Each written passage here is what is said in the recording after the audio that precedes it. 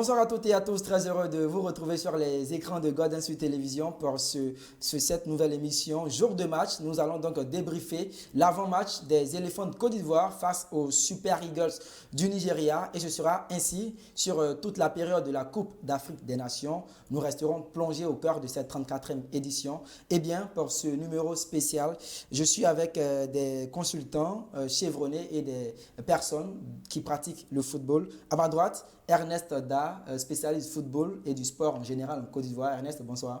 Bonsoir Joël et puis bonsoir à tous nos téléspectateurs. Comment tu vas? Très bien, je suis dans la mouvance de la fête de la Coupe d'Afrique des Nations. D'accord, et on le voit, hein, ton maillot, 2 étoiles, on sent la fière allure avec les couleurs nationales.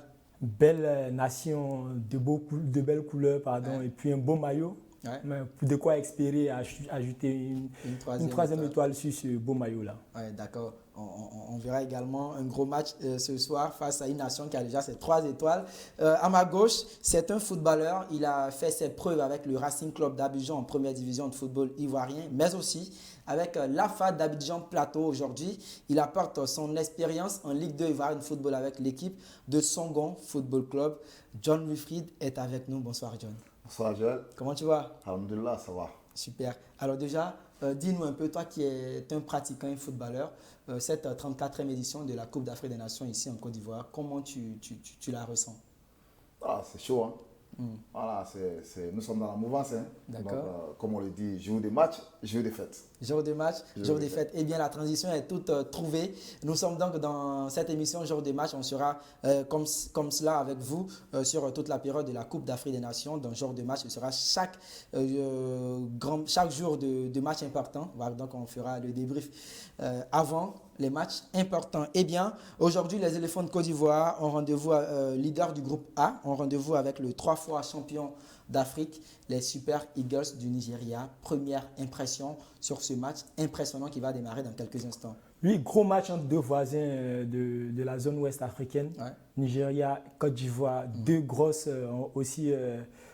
nations économiques qui font tourner la plateforme de l'Afrique de l'Ouest. Donc, c'est une belle opposition, tant sur le plan économique que sur le plan footballistique. Ouais, Toute clairement. l'histoire de géopolitique, il y a tout ça qui rentre en compte. Donc, c'est un beau match qui engage tout. Et puis, ça sera la 7e rencontre entre la Côte d'Ivoire et le Nigeria en Coupe d'Afrique des Nations. La plus récente, c'était 2013, où ils nous sortent en quart de finale 2-1 avec ce boulet de canon d'Emmanuel Emenike.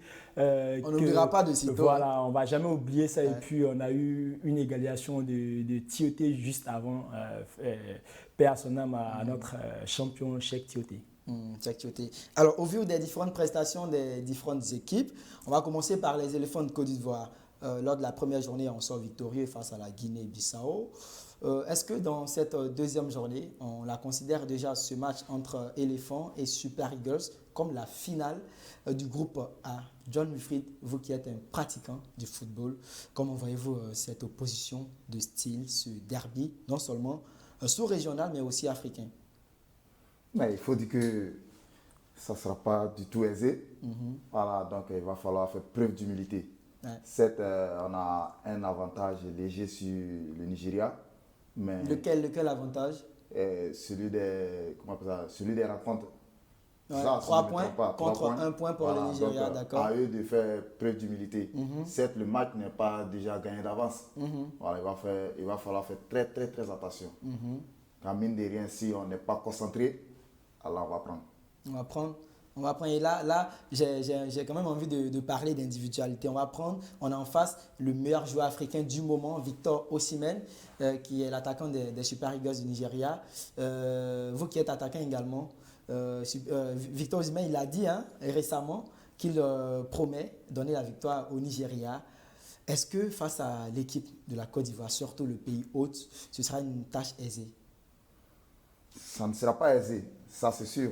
Mais quand un attaquant de sa race parle ainsi, il sait sur quoi il compte. Voilà, il aura à cœur de montrer à la nation, cette ivoirienne, qu'il est le meilleur joueur africain pour le moment. Pour le moment, si. Donc à nous de faire très attention. D'accord. Parce que s'il est servi là, il peut faire mal.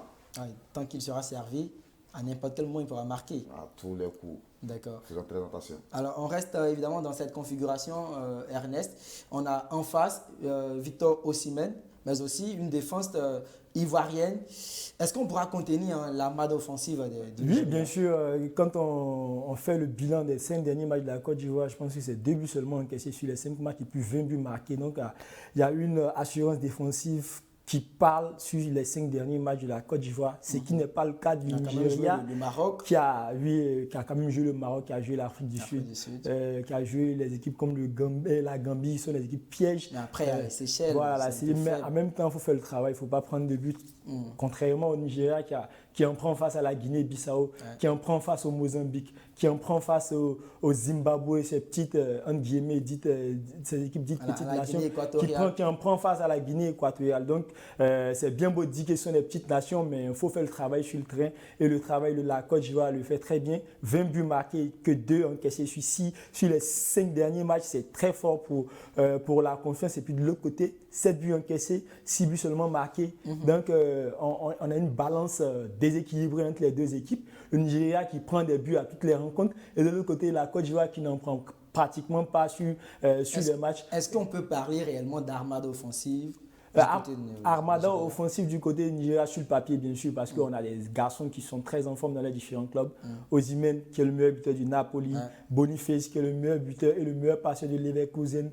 On a Mofi, qui est le meilleur buteur de Nice. On a encore Iheanacho, qui fait une très belle saison avec Leicester en Ligue 2 anglaise. On a Ademola Lookman, qui est en très grande forme avec l'Atalanta Bergame. On a Chukwueze, même si ce n'est pas le Chukwueze de Villarreal, qui est très bon avec Moses Simon également, qui est très bon avec Nantes. On peut en citer comme ça jusqu'à 15 joueurs nigériens qui ont des joueurs encore blessés. Donc, blessés, mais est-ce que cela, seulement le fait de citer ces noms, est-ce qu'on ne devrait pas avoir peur avec la défense ivoirienne? Non, mais après, je pense que le football ne se résume pas qu'à des noms, ça ne se résume pas que à la qualité des joueurs. On sent la pleine confiance chez Ernest. Mais non, pas la confiance, mais c'est juste, je prends juste les anciennes rencontres du Nigeria, ce qu'ils ont produit en équipe nationale, ces individualités-là, parce qu'il ne suffit pas de prendre des individualités, mais il faut créer un maillage, il faut créer une complémentarité, il faut créer une harmonie entre les 11 que vous alignez. Donc, s'il n'y a pas de 11 équilibrés et complémentaires, ça ne sert à rien de citer les noms. Donc, je pense que pour ma part, la Côte d'Ivoire à cet équilibre-là que les Nigériens cherchent. La Côte d'Ivoire a une très bonne défense. Le milieu est équilibré et puis l'attaque, on a des garçons qui font l'essentiel devant. Il va falloir noter qu'un match n'est jamais gagné d'avance. Oui, effectivement, un match n'est jamais gagné d'avance. Ça, c'est clair, ça, c'est le football qui le dit. Avant le match, on ne dit pas qu'on a gagné, c'est sur le tapis vert qu'on voit qui est réellement bien rentré dans son match ou qui va faire le résultat. On l'a bien vu entre l'Égypte, qui était archi favori face au Mozambique, qui a peiné même à décrocher un match nul. Et puis de l'autre côté, on a vu le Ghana, qui historiquement est une grande nation en Coupe d'Afrique, qui a perdu face au Cap-Vert. Donc, ce n'est pas que je suis archi positif ou trop confiant, mais ce sont les derniers résultats qui me font dire. Mais il y a toujours ce mais-là qui reste en suspens. Avant quand même d'aller sur le rectangle vert. D'accord. Alors, on va revenir du côté des éléphants de Côte d'Ivoire. Après avoir parlé de l'armada offensive des Super Eagles du Nigeria, Sébastien Haller et Adingra ne seront pas présents. C'est presque une certitude. Hier, Jean-Luc Gasset l'a presque dit en conférence de presse. En face, les éléphants de Côte d'Ivoire, il y a également une armada offensive ou pas. Sur quel garçon Jean-Luc Gasset devra compter pour essayer de déstabiliser la défense nigériane? Moi, je suis un peu curieux. John, qui est un joueur actif, qui joue au football, qui est en activité toujours. Moi, je suis un peu curieux de savoir comment est-ce que ça se passe souvent dans le vestiaire quand on a un joueur sur qui on compte. Toi, tu as eu l'habitude d'être souvent un joueur sur qui ces différentes équipes comptent. Comment est-ce que ça se passe D'accord, on viendra évidemment à ce propos. Mais avant cela, tu nous donnes, Ernest, ton avis évidemment sur l'attaque ivoirienne qui devrait peut-être faire peur à la formation des Super Eagles. On ne cherche pas à faire peur, on cherche à gagner. L'essentiel, ce sont les 3 points comme on a l'habitude de dire. tous les matchs sont différents, mais à la fin, tout ce que le coach recherche, il va rechercher jusqu'au 11 février, ça sera la victoire, peu importe la manière, peu importe les hommes qu'il va aligner, tout ce qu'il va rechercher, c'est la victoire. Donc je pense qu'aujourd'hui, il va se passer des Haller et Adenga qui sont encore limites, qui ne sont pas à 100% de leurs capacités, qui ne sont pas à 100% de leurs efforts, ils ne pourront pas donner tout ce qu'ils peuvent. Et donc je pense qu'il va se passer d'eux. On a encore des garçons tels que Crasso qui a marqué la dernière fois, on a Boga qui a retrouvé la pleine santé, la pleine forme physique. On a Pépé qui revient petit à petit, on a Bamba qui fait beaucoup d'efforts, surtout des efforts défensifs. On sait qu'en Coupe d'Afrique, avoir des attaquants de qualité, c'est bien, mais il faut avoir des attaquants de qualité qui font les efforts qui font beaucoup d'efforts pour ses coéquipiers, dans le déplacement défensif et surtout dans la manière de coulisser quand on n'a pas le ballon. Et Bamba, il fait ce travail-là. Certes, ce n'est pas le joueur le plus extraordinaire, effectivement, mais il fait le travail défensif. Et ça, les coachs adorent beaucoup. Et sur le banc, on a Konaté Karim, Ouma Diakité, on a Christian Kwame qui peuvent toujours venir. Merci Ernest. Alors, on revient évidemment à cette question naturellement. Vous qui êtes attaquant en activité, qu'est-ce que ça vous fait quand vous affrontez une formation telle que les Super Eagles du Nigeria? Quels sont, on dirait, le conditionnement que vous avez déjà à l'esprit? Comment vous préparez mentalement? Comment vous abordez ce genre de rencontres? Il va falloir dire que ces genre de rencontres, c'est pas, comme on le dit, c'est pas gagné d'avance. Mais pour nous, attaquants, quand nous savons que nous avons la confiance de tous nos coéquipiers, alors pourquoi hésiter? Les gars, amenez le ballon, pas de souci. Ça, je crois que c'est le mot de passe, envoyez le ballon, c'est ça? Envoyez le ballon, pas de souci. D'accord. Et lorsque le ballon vient, parce qu'après, il faut avoir une certaine dose de confiance pour pouvoir se faufiler ou trouver des failles pour marquer. Comment ce déclic-là vient? Comme on le dit, c'est la complicité. Hein. D'accord. Entre qui et qui? Entre le milieu et l'attaque. D'accord. Remarquez vous-même que les attaquants sont plus collés au milieu qu'aux défenseurs centraux. Ils préfèrent soit les latéraux ou les milieux sortants. D'accord. Ils sont plus complices. Parce que là, il s'est dit quoi? Je suis dans cette zone-là, tu sais qu'à quel moment tu dois donner le ballon. Pour être mieux servi. Voilà. Donc je peux faire mine. D'accord. Me connaissant, je vais faire mine, tu vas me ramener le ballon, je là. Tranquille. Parce que toute la nation me regarde. C'est le don de soi qui va parler ce soir. D'accord. C'est le don de soi. Rien que le don de soi. Que Pierre, ou je ne sais pas, Aurier. On oublie les grands noms. C'est la victoire. Le don de soi, la victoire pour le collectif. Les 3 points, c'est tout. Les 3 points. D'accord, ça tombe très bien. Et dans la défense, on reste sur un sujet un petit peu, on dirait, individuel. Singo ou Serge Aurier? Singo ou Serge Aurier, peu importe, je pense que les deux garçons ont été appelés pour faire le travail pour lequel ils sont. Ils sont en confiance, ils ont envie de jouer, ils sont en concurrence. Et je pense que cette concurrence-là va les amener à donner le meilleur d'eux-mêmes. Peu importe qui est aligné ou bien qui sera appelé pour un tel ou un tel match, je pense que ce soit Aurier ou Singo, les deux vont donner le maximum. Après, face à une équipe comme le Nigeria, je pense que tu as besoin de beaucoup plus d'explosivité, tu as besoin de beaucoup plus de santé. Et à ce niveau-là, je pense que Singo, il a un léger avantage parce qu'il a beaucoup joué avec Monaco sur cette première partie des saisons-là. Contrairement à Aurier qui a eu quelques pépins physiques qui l'ont privé d'être aligné en Première Ligue, même si il fait partie d'un des cadres du vestiaire de Nottingham Forest. Mais Singo, il a ce petit avantage de jouer beaucoup, que ce soit dans l'axe, dans une défense à 3, que ce soit sur le côté en tant que latéral droit ou que ce soit même en tant que piston dans une défense à 3. Il a cette chance-là de pouvoir jouer à tous ces postes-là, à tous ces postes défensifs. Donc je pense que Singo, il a ce petit avantage d'avoir de la santé, d'avoir de la compétition dans les jambes. Et Aurier, avec son expérience, je pense qu'un garçon comme Aurier, il a pu vécu, il a gagné la CAN même en 2015. Il est à sa 4e CAN, si je ne dis pas de bêtises. Donc il a l'expérience de pouvoir gérer ce genre d'événements-là. Et peu importe qui sera aligné, il va faire le travail. Mais pour moi, Singo a un léger avantage dans la psychologie de Gassi. Pour toi, Ernest. Parce que c'est un match à pression. Hein. Voilà, mine de rien. Là, et Ernest qui choisit Singo, vous êtes plutôt expérience avec Aurier ou pas? Aurier pour moi. Aurier. Donc Singo, Aurier, donc l'expérience et puis un peu plus de fraîcheur avec Ernest Da. Alors on reste sur ces différentes équipes. Quelles seront donc les forces et les faiblesses notamment des éléphants de Côte d'Ivoire face aux Super Eagles? Force, on va noter la première chose pour la Côte d'Ivoire, c'est la qualité de son effectif. Et puis le nombre de talents qu'il y a dans l'équipe, le nombre de qualités qu'il y a dans l'équipe. C'est bien d'avoir un gros effectif, mais c'est encore bien de l'avoir en qualité. Et la qualité de la Côte d'Ivoire, là, maintenant, sur le premier match, les forces de la Côte d'Ivoire, il faudra être bon dans le pressing. Sur ce deuxième match. Voilà, sur ce deuxième match. Sur ce jeune match, il faudrait être bon dans les phases de transition parce que l'équipe du Nigeria, ce n'est pas une équipe qui est défensive, ce n'est pas une équipe qui joue dans sa moitié de terrain, c'est une équipe qui aime attaquer, c'est une équipe qui aime ouvrir. Donc la Côte d'Ivoire devra jouer sur ses forces qu'on lui connaît, récupération, transition et puis faire mal à l'adversaire, surtout sur ses côtés. Sur ses flancs, sur ses deux flancs, on sait qu'on a des garçons, lui, très dynamiques comme Boga. Alors on va écouter également l'avis de John Wilfried.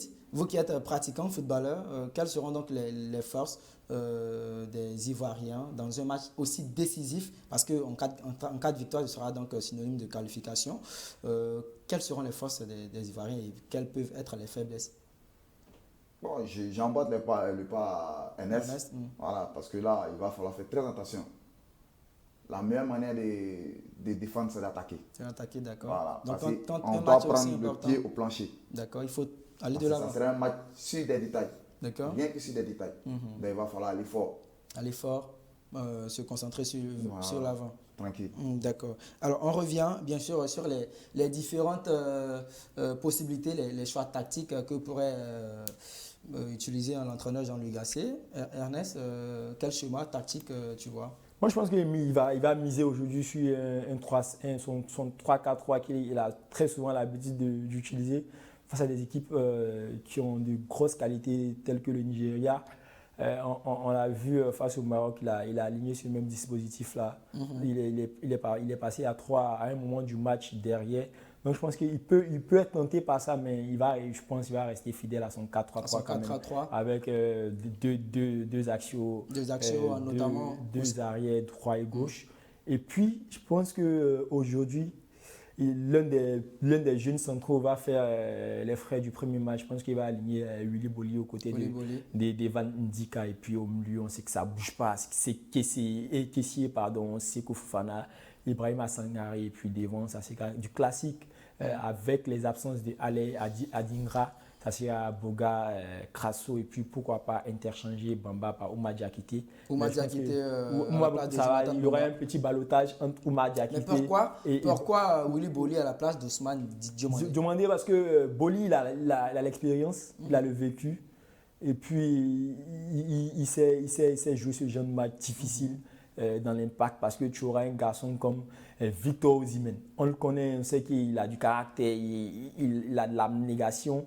Il persévère, il lâche rien. Rien du tout. Il joue sur le même rythme du début jusqu'à la fin avec son pressing constant sur la défense adverse. Et un garçon comme Willy Boli va faire énormément de bien avec son expérience, avec son vécu aux côtés d'Evan Dika, cette défense ivoirienne. D'accord. Pratiquement, même avis sur le 4-3-3 de Jean-Louis Gasset pour aborder ce second match face au Super Eagles Nigeria. Enes a parlé de certains changements, notamment dans l'axe avec peut-être l'entrée de Willy Boli et puis la place de Jonathan Bamba pour Oumar Diakité. Est-ce que vous prévoyez beaucoup de changements dans ce match dans quelques instants face au Nigeria?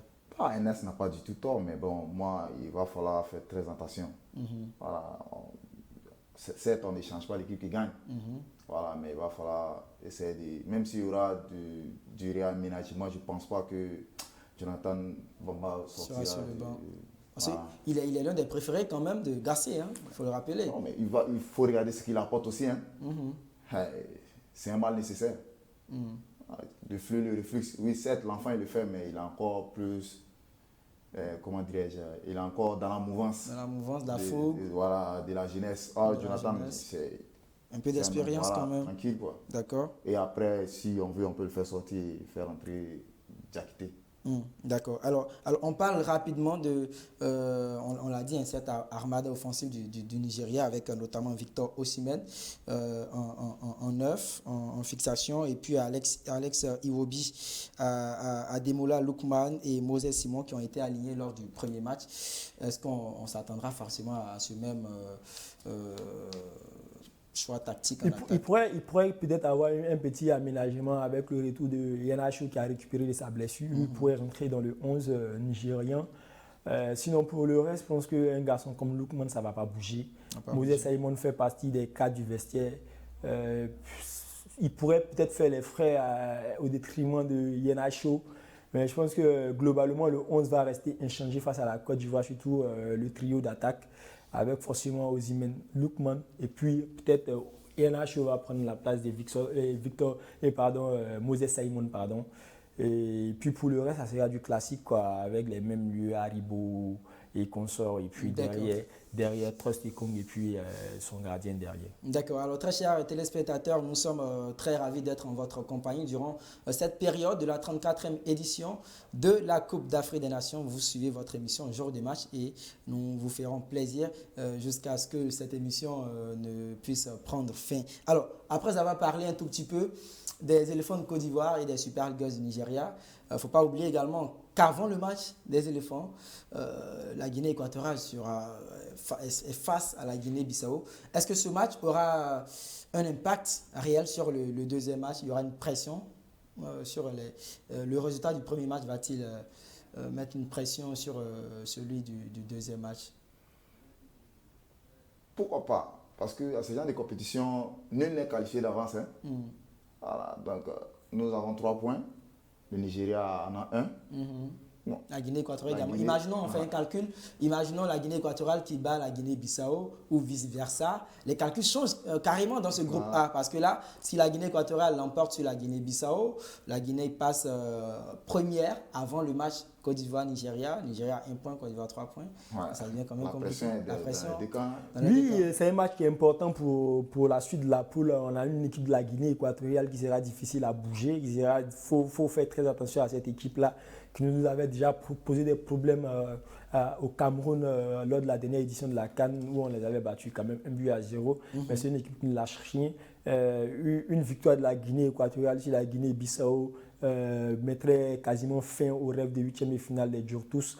Et puis ça mettrait une pression supplémentaire au Nigeria qui sera obligé de déployer toutes ses forces face à la Côte d'Ivoire. En même temps, une autre victoire de la Côte d'Ivoire sur le Nigeria va faire très mal à cette équipe des Super Eagles là, qui sera obligée de faire un gros match lors de son dernier match face au Lycaon de la Guinée-Bissau. Donc c'est un match qui est très important, un match en jeu pour tout le monde dans cette poule A là. Et donc il faudrait regarder de très près cette rencontre là. Et puis, il faut noter que tous les matchs de cette CAN sont très plaisants à voir. Donc, il ne faut pas se priver de voir un quelconque match. Tous les matchs sont ouverts, tous les matchs sont plaisants. On a vu la dernière fois le Mozambique face à l'Égypte qui nous a fait agréable sensation à voir face aux 7 fois champion d'Afrique. Et puis, on a vu le Cap-Vert qui nous a fait aimer ce match face au Ghana là, qui avait également du répondant. Donc, tous les matchs sont très, très intéressants à voir. Oui, la Namibie face à la Tunisie. Un bon match du Maroc également. La Guinée équatoriale face à la Guinée-Bissau, c'est un match à suivre. Pratiquement très, tous les matchs sont bons. Très ouverts, agréables. Et puis les supporters font le max pour faire du bruit. Les pelouses sont agréables. Il y a du bon football. Le Mali a même glissé sur. C'est tout ce qu'on avait envie de voir. Laissez le voisin. Le jeu. D'accord. Alors on continue. Laissez le beau-parent en paix. On continue bien sûr à cette passionnante émission. Vous le savez, très chers téléspectateurs, on l'a dit. Nous serons avec vous tout au long de ce mois de Cannes, cette 34e édition avec votre émission Jour de match. Ce sera ainsi à l'entame de chaque match important de cette Coupe d'Afrique des Nations. Évidemment, aujourd'hui, nous avons donc démarré cette histoire passionnante. Eh bien, nous allons suivre un bout de la conférence de presse de l'entraîneur des éléphants de Côte d'Ivoire, Jean-Louis Gasset. On suit. Dans l'émotion devant tout ce public et le parterre qu'il y avait dans les tribunes. Donc, on a été libéré. On n'a pas tout bien fait, mais on a pris 3 points. Ce match était très difficile psychologiquement à jouer. Donc on l'a passé. Aujourd'hui, le groupe est soulagé.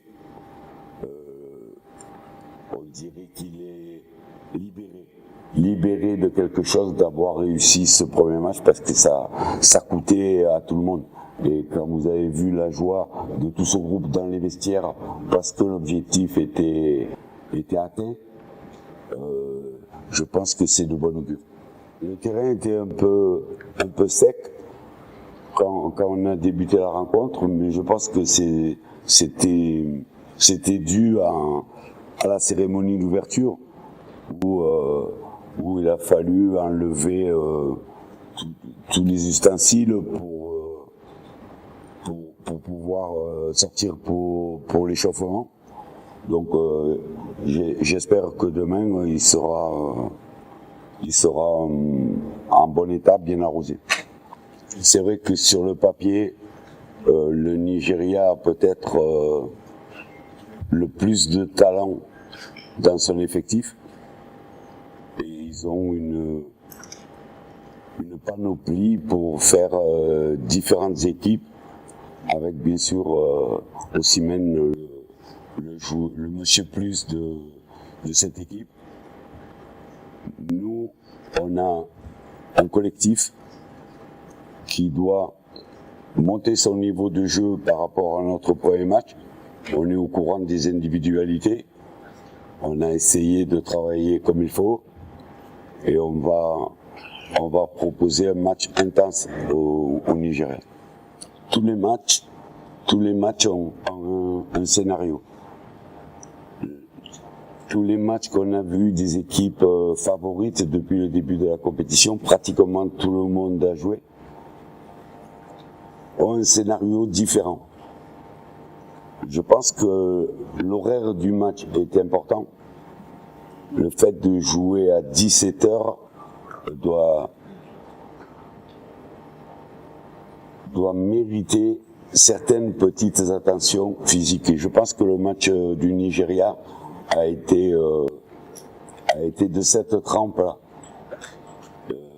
Ils ont eu une ou deux occasions, l'efficacité en football, mais il n'y a plus de petites équipes.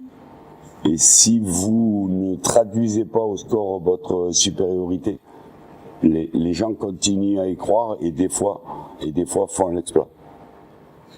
Sébastien et Simon ont repris l'entraînement. Leur blessure est en bonne voie, on dira. Ils ont rechaussé les crampons, ils ont touché le ballon, ils ont travaillé avec nous. Nous sommes dans les temps. Nous sommes dans les temps de ce que nous avions prévu pour qu'ils puissent participer à la compétition et être dans les délais.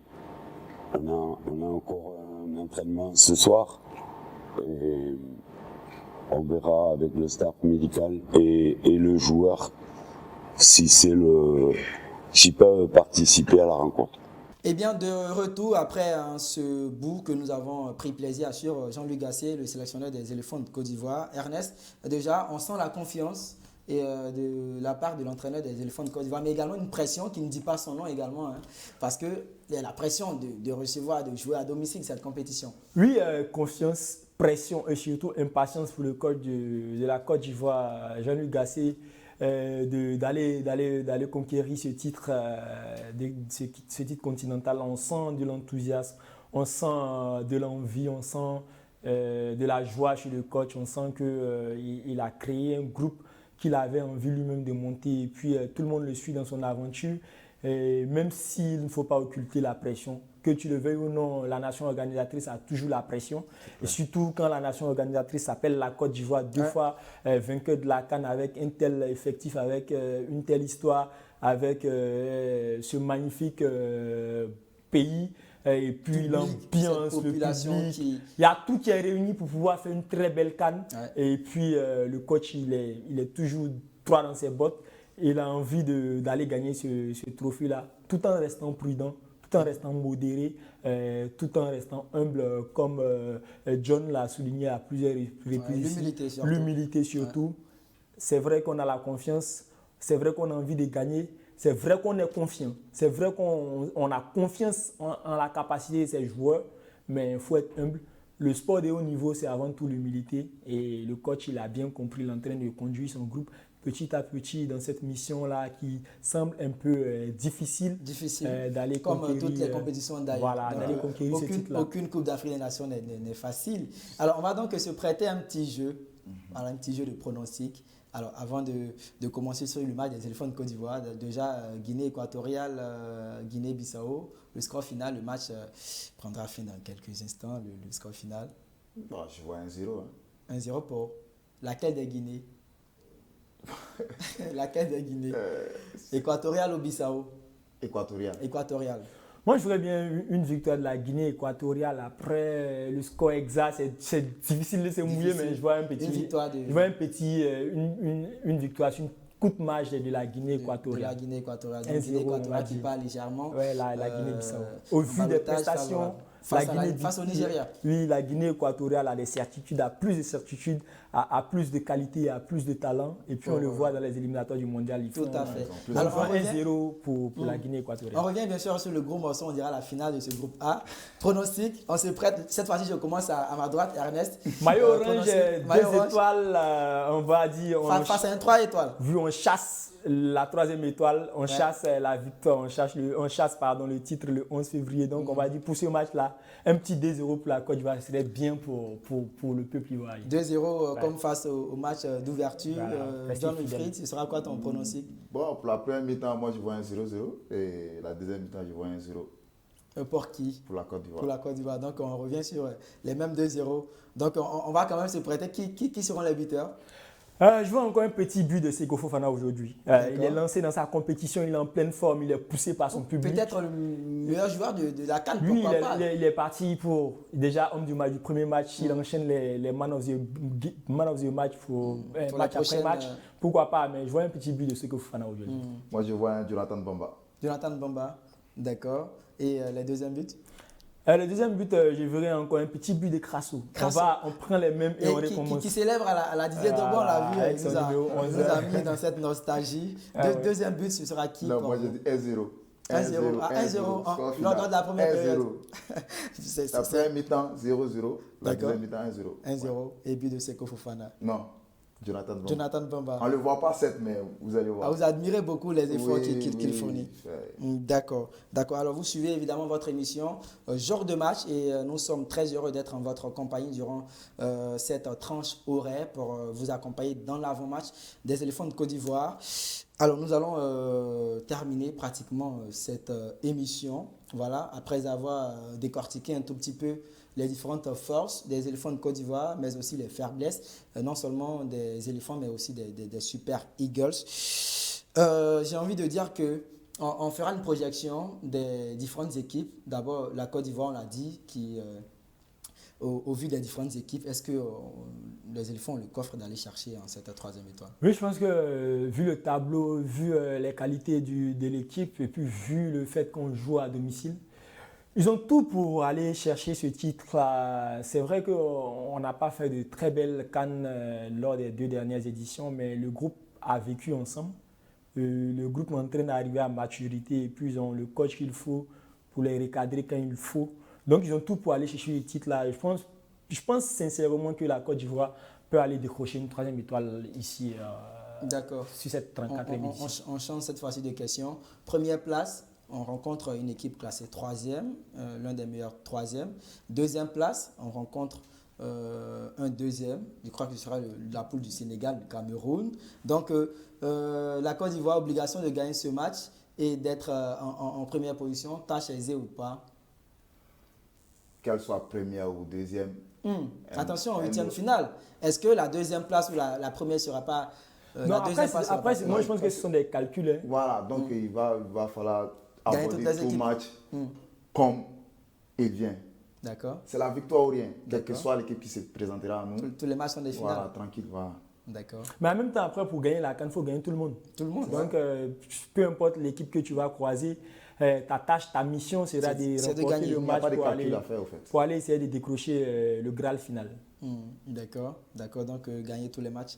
Voilà, donc très chers téléspectateurs, ça a été un véritable plaisir pour nous d'être en votre compagnie avant l'entame de ce match très important à 17h00 GMT, je le rappelle.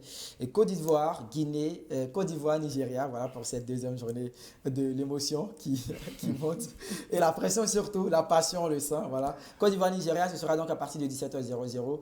Un dernier mot rapidement avec Ernest. Ernest d'abord. Bon, On va rester un peu court parce que Ernest, on sent la passion. Donc, oui, on va dire à tout le monde de rester sur Golden Suite TV pour essayer de voir jour de match avant chaque match, gros match, chaque match important et essayer de rester avec nous, voir les impressions d'avant-match. C'est important pour se projeter dans le match. Dans le match. John? Tous derrière les éléphants, les gars. Tous derrière les éléphants. Pour la victoire finale. Pour la victoire. Et c'est sur ces mots, très chers téléspectateurs, que nous allons vous dire au revoir. On se retrouvera, on l'a dit, dans votre nouvelle émission Jour de match. Chaque jour de match important, nous serons là avec ce plateau et ce décor magnifique pour vous offrir l'une des meilleures expériences de cette 34e édition de la Coupe d'Afrique des Nations. Quant à moi, je vous dis, on se retrouve la prochaine fois. Au revoir.